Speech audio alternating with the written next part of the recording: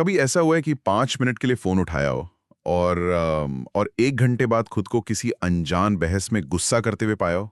हाँ, या फिर किसी खबर को लेकर मन में एक अजीब सी बेचैनी बैठ गई हो। आज हम समझेंगे कि ये कोई हादसा नहीं है, बल्कि एक डिजाइन है। एक ऐसा डिजाइन जो हमारे दिमाग पर डाका डाल रहा है। हमारे पास दिनेश मिश्रा की किताब इंटेलेक्चुअल हाईजैक के कुछ हिस्से हैं, और ये किताब मतलब एक नक्शे की तरह है जो ये बताती है कि आज के सबसे बड़ी डकैती तिजोरी या जमीन पर नहीं, बल्कि हमारी भावनाओं पर, हमारी सोच पर और हमारी पहचान पर हो रही है। तो चलिए इस अदृश्य डकैती की परतों को खोलते हैं। और इसे समझना इसलिए ज़रूरी है क्योंकि ये एक ऐसा अपराध है जिसमें पीड़ित को अक्सर आखिरी पल तक पता ही नहीं चलता कि वो लुट चुका है। मतलब उसे लगता है कि वो जो कर रहा है वही सही है। बिल्कुल। आज की हमारी बातचीत का मकसद इसी मनोवैज्ञानिक चोरी के तरीकों को समझना है, जैसा इन स्रोतों में बताया गया है। जब हम डकैती शब्द सुनते हैं तो दिमाग में वही पुरानी तस्वीर आती है ना? हाँ, अंधेरी रात, नकाबपोश लोग, हथियार। लेकिन ये किताब कहती है कि असली खतरा अब इनसे नहीं है। हाँ, और ये सिर्फ पुरानी बात नहीं है, ये आज के दौर में एक तरह से ध्यान भटकाने वाली तरकीब भी है। अच्छा, कैसे? जब हम नकाबपोश चोरों से डरते रहते हैं तो बिना नकाब वाले डाकू हमारे दिमाग में घुसकर अपना काम कर जाते हैं। मतलब आज का डाका पड़ता है किसी के डर पर, किसी की आस्था पर, और किसी के सोचने की क्षमता पर। ये एक ऐसी डकैती है जिसमें कोई ताला नहीं टूटता, लेकिन समाज और रिश्ते वो टूट जाते हैं। यहाँ आकर मेरे दिमाग में सबसे पहला सवाल ये आया कि आखिर ये कर कौन रहा है? क्या ये कुछ लोग हैं, कोई संगठन है? और इस किताब का जवाब वो बड़ा हैरान करने वाला है कि ये कोई एक इंसान नहीं है। हाँ, ये एक पूरी व्यवस्था है। बिल्कुल। और दिलचस्प बात यह है कि ये कोई अलग अलग डाकू नहीं है। ये एक ही मशीन के 3 हिस्से हैं।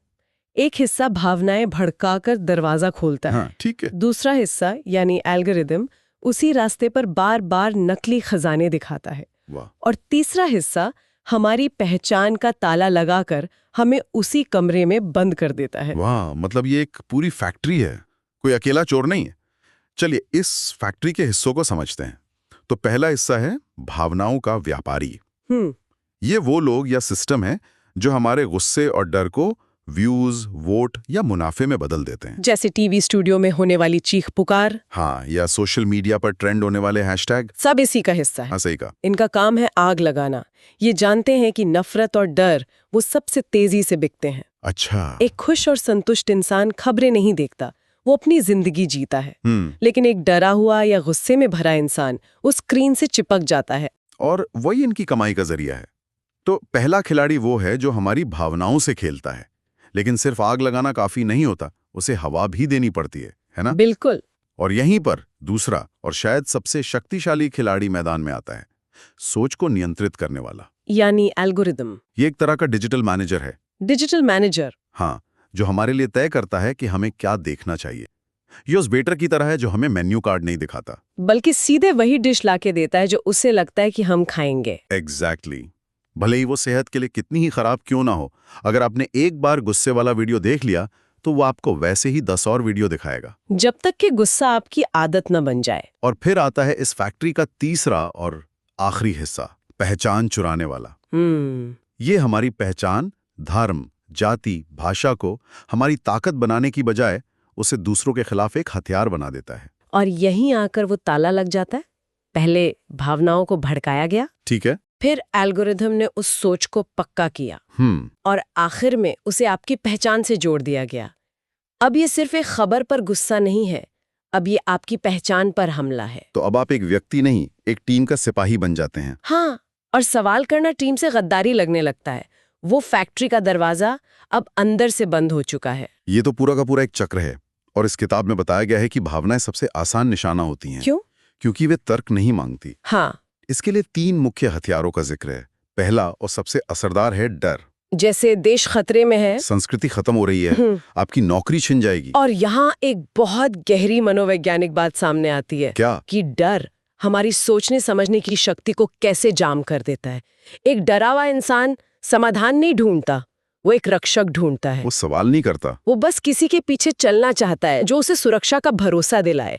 लेकिन एक मिनट, क्या डर हमेशा बुरा होता है? मतलब कुछ सही चीजों का डर होना, जैसे सड़क पर गाड़ी से बचना, ये जरूरी नहीं है। बहुत अच्छा पॉइंट है और लेखक इसमें फर्क करते हैं। एक होता है सतर्क करने वाला डर, जैसे ट्रैफिक से बचो, ठीक है। यह आपको जिम्मेदार बनाता है। लेकिन यहाँ बात हो रही है पंगु बनाने वाले डर की। पंगु बनाने वाला डर। हाँ, जो एक काल्पनिक दुश्मन खड़ा करता है और कहता है कि सोचने का समय नहीं है, बस मेरे पीछे चलो। यह डर आपको नागरिक नहीं, अनुयायी बनाता है। डर के बाद दूसरा हथियार है गुस्सा। इसे सबसे सस्ता ईंधन कहा गया है। इसे फैलाना और किसी भी दिशा में मोड़ना बहुत आसान है। गुस्से में इंसान सही गलत नहीं देखता, सिर्फ अपना और पराया देखता है। ये सुनने के बाद तो मैं अपने पिछले हफ्ते के ऑनलाइन गुस्से के बारे में सोचने लगा हूं कि वो वाकई मेरा था या मुझसे करवाया गया था। और यही इसका मकसद है। गुस्सा आपको एक काल्पनिक दुश्मन देता है जिस पर आप अपनी सारी नाकामियों और परेशानियों का ठीकरा फोड़ सकते हैं। मतलब बेरोजगारी, महंगाई, असुरक्षा, इन मुश्किल सवालों के जवाब ढूंढने से कहीं ज्यादा आसान है किसी एक समूह से नफरत करना। और तीसरा हथियार, जो शायद सबसे ज्यादा खतरनाक है, वो है झूठा गर्व। ये बातें कि हम सबसे महान हैं, हमें किसी से सीखने की जरूरत नहीं, या हम पर सवाल करना गद्दारी है। लेखक इसे गर्व नहीं बल्कि बौद्धिक गुलामी कहते हैं। हाँ, ये उस स्टूडेंट की तरह है जो कहता है मुझे सब आता है और इसलिए क्लास में ध्यान देना बंद कर देता है। अच्छा उदाहरण है। जिस पल आपने मान लिया कि आप सर्वश्रेष्ठ हैं और आपको किसी सुधार की जरूरत नहीं, उसी पल आपने सीखना बंद कर दिया। यही बौद्धिक गुलामी है। हाँ, ये एक ऐसा कवच है जो आपको सच्चाई की रोशनी से बचाता है।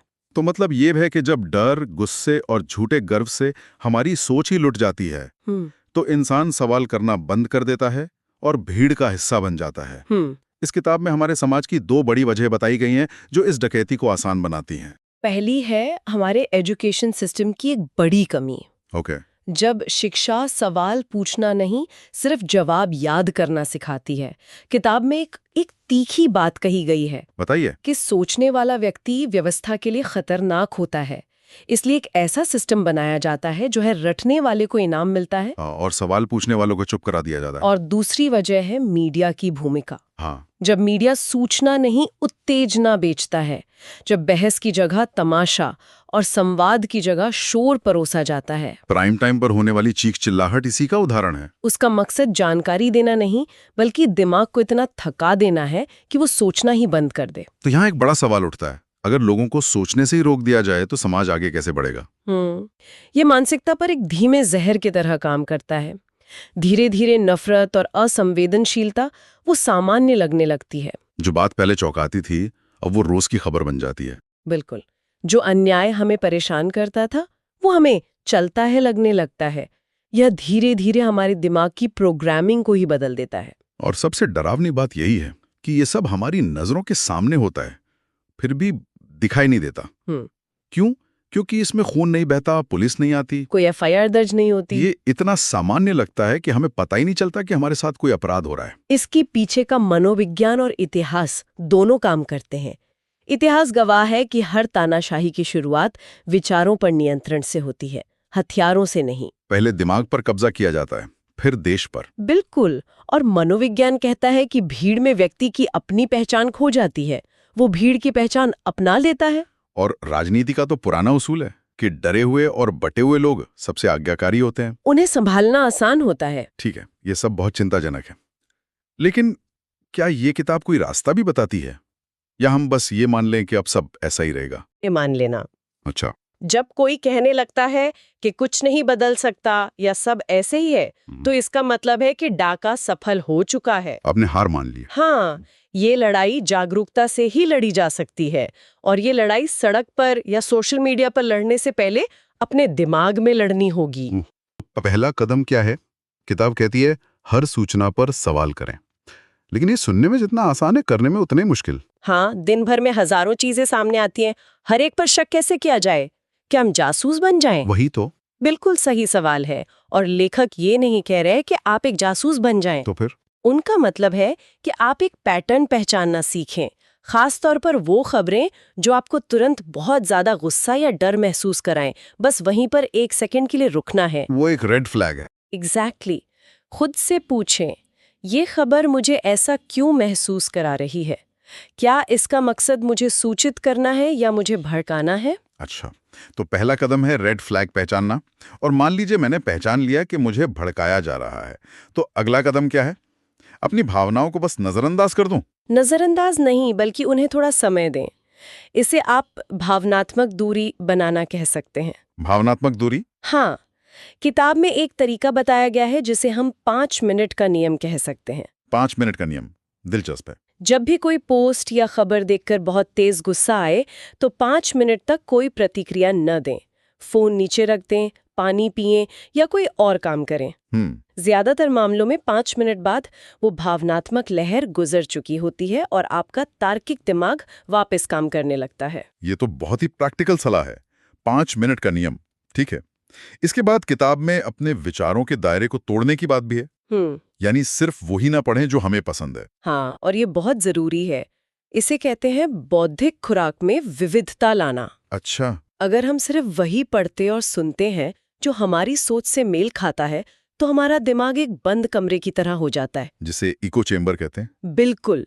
लेखक कहते हैं कि उन लोगों को भी पढ़ें और सुने जिनसे आप असहमत हैं। मकसद उनकी बात से सहमत होना नहीं है, बल्कि ये समझना है कि वो ऐसा क्यों सोचते हैं। हाँ, ये आपको किसी का भी पुतला बनाकर उससे नफरत करने से बचाता है। और इससे जुड़ा हुआ एक और पॉइंट है, असहमति को दुश्मनी ना समझना।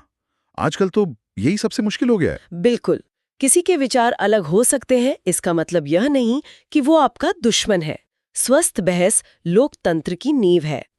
जब बहस खत्म होती है और सिर्फ आरोप प्रत्यारोप रह जाता है, तो समझ लीजिए कि बौद्धिक डकैती का काम पूरा हो चुका है। और आखिर में अगली पीढ़ी के बारे में क्या? किताब में बच्चों के लिए भी कुछ कहा गया है? हाँ, और ये शायद सबसे जरूरी और लंबी लड़ाई है।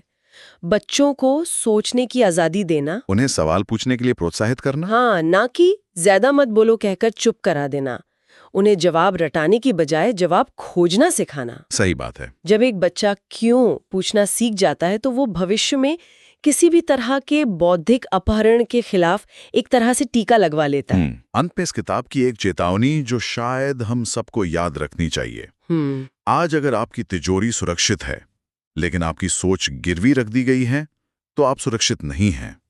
आज अगर आपकी जमीन आपके नाम है, लेकिन आपकी राय किसी और की है, तो आप स्वतंत्र नहीं हैं। वाह! क्योंकि आज का डाका घर में नहीं, दिमाग में पड़ता है। ये स्रोत हमें खतरों और उनसे बचने के रास्तों का एक नक्शा देता है। हाँ। लेकिन सोचने वाली बात यह है कि जिस दुनिया में हमारा ध्यान खींचने के लिए हर पल होड़ लगी हो, उस दुनिया में अपनी सोच के चारों ओर एक बाड़ बनाने की आदत वो कैसे डाली जाए? इसकी शुरुआत आज अभी से करने के लिए वो कौन सा एक छोटा बदलाव है जो हम सब कर सकते हैं?